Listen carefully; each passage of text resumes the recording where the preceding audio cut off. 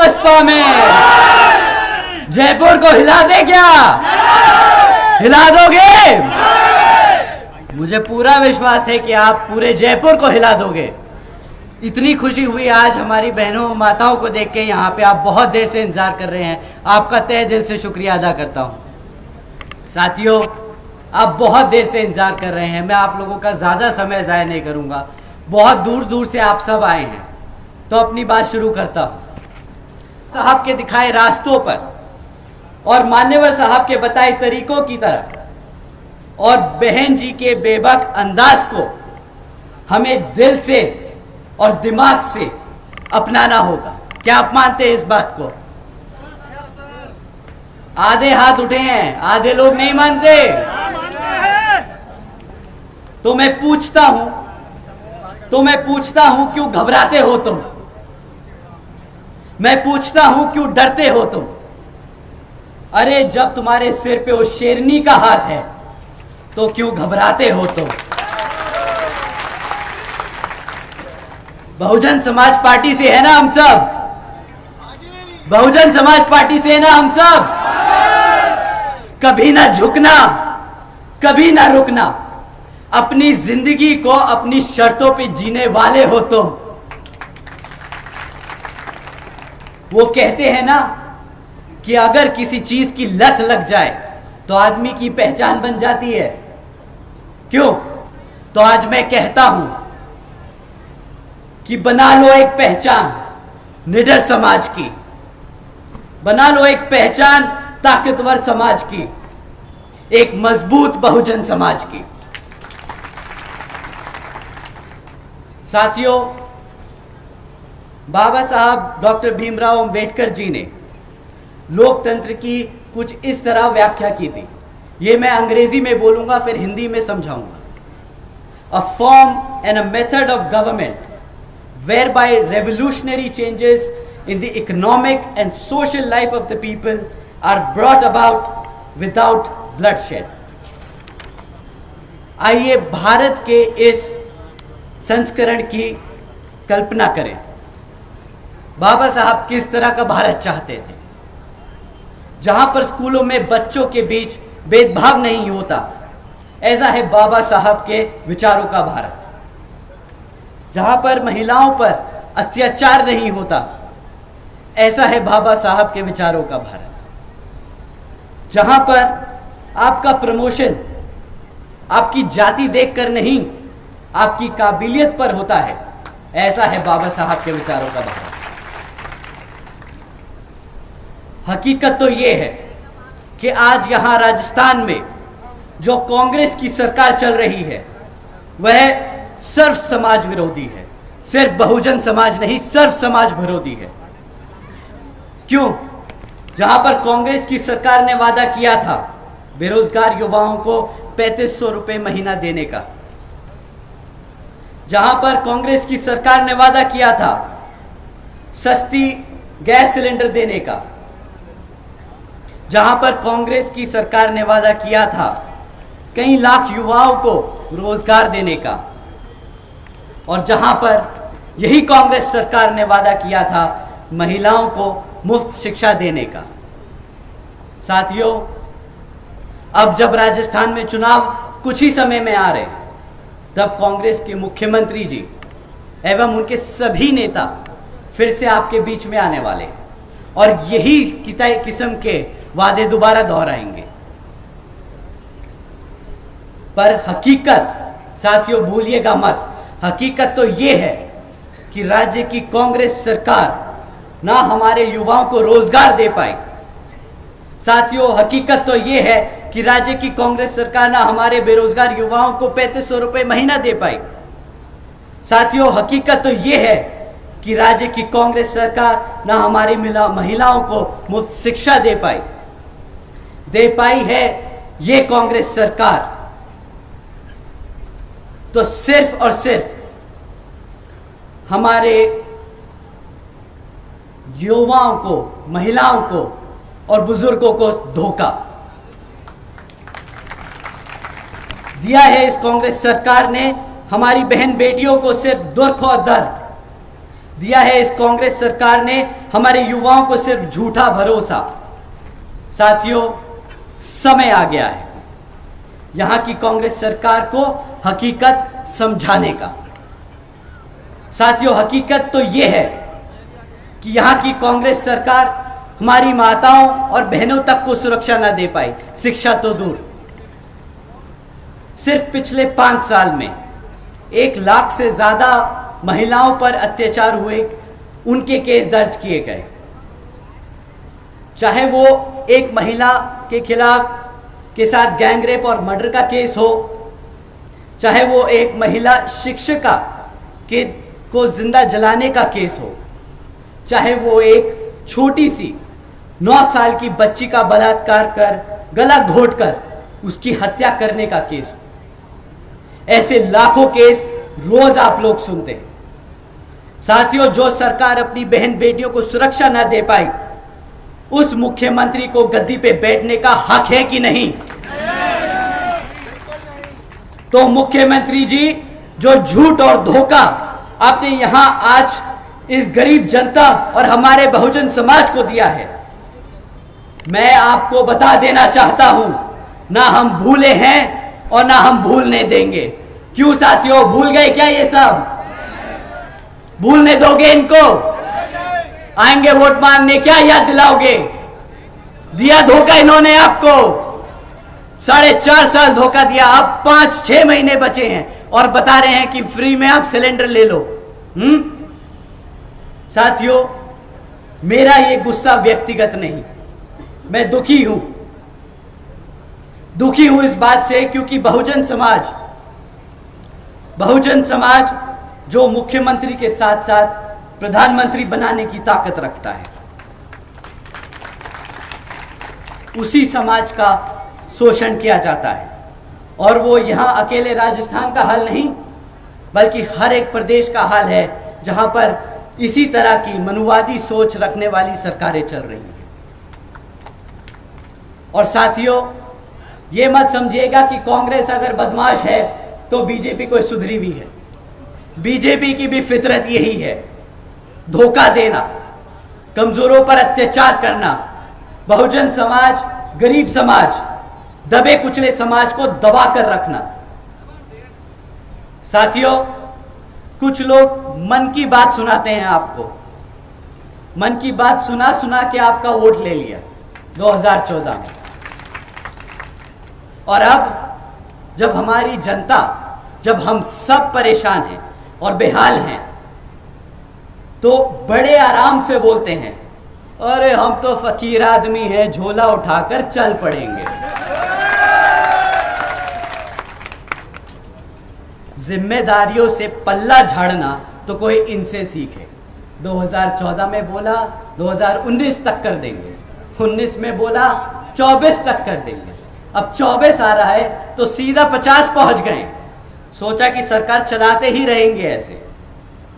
केंद्र की सरकार का वादा साथियों, 10 करोड़ नौकरी देने का, केंद्र की सरकार का वादा महंगाई कम करने का, केंद्र की सरकार का वादा गरीबी खत्म करने का। क्या यहां बैठे मेरे साथी लोग बता सकते हैं क्या आपकी लग गई नौकरियां? हाथ उठा के बता दीजिए आज सबको। साथियों, मुझे पता है नौकरी तो लगी नहीं। महंगाई कम कर दी इन लोगों ने आपके लिए? क्या नौकरी भी नहीं दी और महंगा भी नहीं कम किया, महंगाई भी कम नहीं करी? क्या आप लोगों के लिए आपकी आमदनी बढ़ा दी जो बची कुची लगी नौकरी थी? हाथ उठा के आज बता दीजिए साथियों कि नहीं लगी क्या?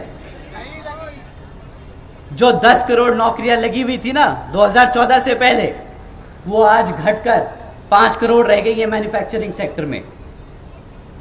जो महंगाई का ढिंडोरा पीट रहे थे 2014 में, और हम सबको सड़क पर निकले थे सिलेंडर का लेके, गैस का सिलेंडर लेके, कि ये 50 रुपए का, 100 रुपए का, 50-60 रुपए का पेट्रोल बहुत महंगा हो गया है। क्या आप लोग बता सकते हैं कि 100 रुपए का पेट्रोल इन लोगों को महंगा नहीं लग रहा? आप लोगों को 100 रुपए का पेट्रोल महंगा लग रहा है? अब महंगा हो गया। यही बताने चले थे ना कि 50 रुपए का पेट्रोल बहुत महंगा है, आज 100 रुपए पे चुप्पी बांधे बैठे हैं। जो साथियों गरीबी खत्म करने निकले थे, नोटबंदी करी, इसकी तरह ऐसे अनेकों काम किए। आपके खाने पीने पे जीएसटी लगा दिया, और शायद उनका तरीका था जब उन्होंने बोला कि गरीबी खत्म करने का, इन तरीकों से शायद गरीब को ही खत्म कर दिया। गरीब को खत्म करने से गरीबी खत्म नहीं होती मुख्यमंत्री जी और प्रधानमंत्री जी। 2014 में 2,70,00,000 लोग थे जो गरीबी रेखा से नीचे थे। आज उनकी संख्या बढ़कर 13 करोड़ से ज्यादा हो चुकी है। तो मैं पूछता हूं कि क्या यही है अच्छे दिन? क्या इन्हीं अच्छे दिनों का वादा करके आप लोगों ने केंद्र में भाजपा की सरकार को वोट डाला था? बताइए साथियों, क्या यही थे अच्छे दिन? वो बस एक बार मना कर दीजिए। आज हम भाजपा, कांग्रेस और राजस्थान के मुख्यमंत्री जी को मन की बात नहीं, कुछ काम की बात समझाते कि एक लीडर होता कैसा है, एक मुख्यमंत्री को होना कैसा चाहिए और एक प्रधानमंत्री को होना कैसा चाहिए। साथियों, बहन जी ने कानून व्यवस्था के साथ साथ राज्य की सामाजिक व्यवस्था के लिए भी अनेकों काम किए।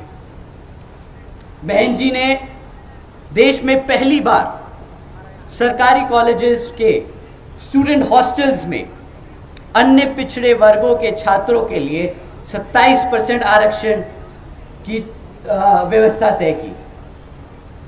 साथ ही साथ बहन जी ने हमारे सभी संतों, गुरुओं और महापुरुषों को सम्मान में कई जिले और कई यूनिवर्सिटीज के नाम रखे, जैसे Gautam Buddha university, Ambedkar university, Chhatrapati Shahuji Maharaj university, Mahatma Jyotiba Phule नगर, महामाया नगर, संत कबीर नगर एवं गौतम बुद्ध नगर। साथियों, बहन जी ने सावित्रीबाई फूले बालिका शिक्षा योजना के तहत 7 लाख से ज्यादा बच्चियों को 12वीं तक की शिक्षा प्राप्त करने हेतु 600 करोड़ से ज्यादा की लागत इन बच्चियों को अपने पैरों पर खड़ा कर एक उज्जवल भविष्य देने के लिए खर्ची।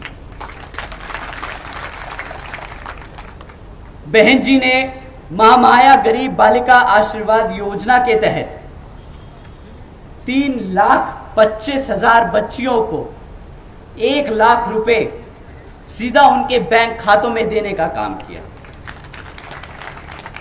आदरणीय बहन जी ने इस योजना के तहत 3,250 करोड़ रुपए सीधा अपनी बच्चियों के बैंक खातों में भेजे। भारतीय जनता पार्टी ने की तरह हमने 20 लाख रुपए देने का ढिंढोरा नहीं पीटा कि हम हर एक व्यक्ति को 20 लाख रुपए देंगे, और ना ही हमने कोई खोखली योजनाएं चलाई कि बेटी बचाओ बेटी चलाओ जैसी। हमारी आदरणीय बहन कुमारी मायावती जी ने करके दिखाया है ये सारी योजना चलाकर। आदरणीय बहन कुमारी मायावती जी ने अपने शासनकाल में 12,500 करोड़ की लागत से हमारे SC, ST, OBC व आदिवासी समाज के 3,50,000 से ज्यादा परिवारों को महामाया आवास योजना के तहत अपना खुद का घर दिया। आदरणीय बहन जी ने अपने शासनकाल में 2,60,000 से ज्यादा भूमिहीन परिवारों को 1,35,000 एकड़ से ज्यादा जमीन का मालिकाना हक दिलाया। साथ ही साथ आदरणीय बहन कुमारी मायावती जी ने अपने शासनकाल में 1 लाख से ज्यादा अधिक सफाई कर्मचारियों की भर्ती की, 90,000 से ज्यादा शिक्षकों को सरकारी नौकरी दी और 2 लाख से ज्यादा अधिक पुलिस जवानों को पुलिस फोर्स में भर्ती किया। और साथियों, आपको जानकर हैरानी होगी कि ये मौके तब दिए गए जब पूरी दुनिया मंदी के दौर से गुजर रही थी। एक तरफ दुनिया में लोगों को नौकरियों से निकाला जा रहा था और दूसरी तरफ आदरणीय बहन कुमारी मायावती जी उत्तर प्रदेश में लोगों को लाइन से लगाकर नौकरियां दे रही हैं। माननीय बहन जी ने SC, ST, OBC एवं अन्य पिछड़े वर्गों को मुफ्त में राशन देने जैसी योजनाएं चलाने की वजह रोजगार देने के अवसर दिए ताकि हमारा समाज अपने पैरों पर खड़ा हो सके। क्यों साथियों, ये आपको फिर से मुफ्त बिजली देने वाले हैं, ये फिर से आपको मुफ्त में राशन देने वाले हैं, ऐसी बातें सुनने वाले हो आप। इससे क्या लगता है आपका बच्चा, आपकी बेटी अपने पैरों पर खड़े हो पाएगी? उनको मजबूती की तरह तैयार कर रहे हो ये लोग ऐसी योजना चला के, या हमारे भविष्य को, हमारे आने वाले कल के बच्चों को कमजोर कर रहे हैं? तो साथियों, बहन जी ने एक बार नहीं 4 बार करके दिखाया है कि कैसे अपने भविष्य के, अपने बच्चों को ताकतवर बनाया जाए, उनको अपने पैरों पर खड़े होने के लिए मौके दिए जाए। और साथियों, सही में असल में यही है सर्जन हिताय व सर्जन सुखाय की नीति। आज मैं और मेरे जैसे लाखों करोड़ों बहुजन समाज के नौजवान अपना सिर उठाकर एक इज्जतदार जिंदगी जी सकते हैं तो वो सिर्फ और सिर्फ हमारी, हम सबकी बहन जी की वजह से ही है। मैं आज यहां अपना सिर झुकाकर, अपने दिल पर हाथ रखकर बहन जी का शुक्रिया अदा करता हूं। बहन जी हैं तो हम सब हैं। साथियों, मैं बहन जी की कुछ बातें आपको ध्यान में रखने को बताने आया हूं। दुश्मन इस इलेक्शन में किसी भी हद तक गिर सकता है और साम दाम दंड भेद आदि का इस्तेमाल कर सकता है। दुश्मन इस इलेक्शन में अपने चमचों को बाबा साहब के विचारधाराओं को मानने वाले बताकर आपको भ्रमित करने की कोशिश जरूर करेंगे। दुश्मन इस इलेक्शन में आपको फिर से मुफ्त का राशन और बिजली देने जैसी वादे करेंगे। तो साथियों, इस संकल्प यात्रा में हम यहां संकल्प लेते हैं। आप मेरे साथ संकल्प लेंगे तो दोहराइए मेरे साथ। हम संकल्प लेते हैं कि हम बाबा साहब के सिपाही बनकर बच्चे बच्चे को इस मूवमेंट और मिशन से जोड़ेंगे। हम संकल्प लेते हैं कि हम मान्यवर साहब के सिपाही बनकर सर्व समाज को एकजुट करेंगे। हम संकल्प लेते हैं कि हम बहन जी के सिपाही बनकर एक समता मूलक समाज की स्थापना करेंगे।